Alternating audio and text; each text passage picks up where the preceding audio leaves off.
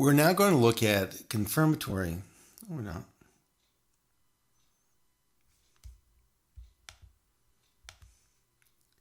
We're now going to look at exploratory factor analysis, and it's very similar to confirmatory factor analysis, but whereas with confirmatory factor analysis, you had a series of items and you were pretty sure that they all belonged to the same overall construct.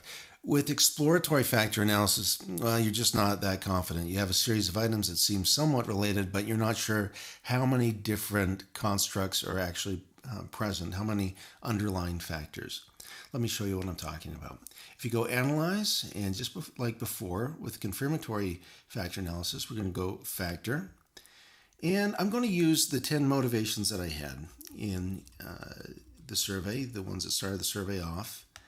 We're going to use those. I'm going to go rotation. I'm going to click Varimax to begin with. So that's our orthogonal rotation. Hit continue and hit OK. And it says, okay, I've thrown these ones in here, everything from your first motivation, I exercise so I'll live longer, all the way through to the last one, exercise is important to ensure my mental health.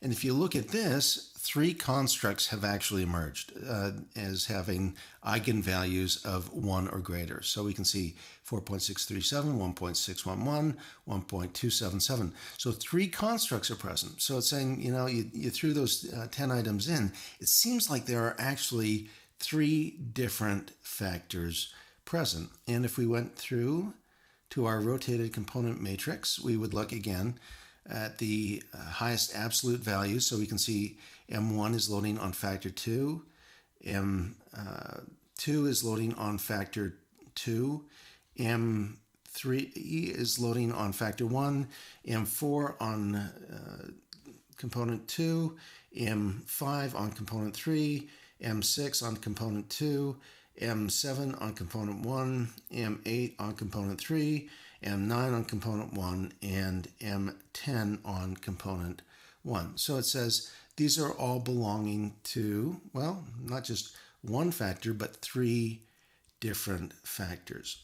We can repeat this just to confirm things by going through and doing a factor analysis. And instead of using Varimax, we're going to use Promax. It relaxes the orthogonality constraint, and we'll hit OK. And it's going to shoot the same overall graph up here, or table up.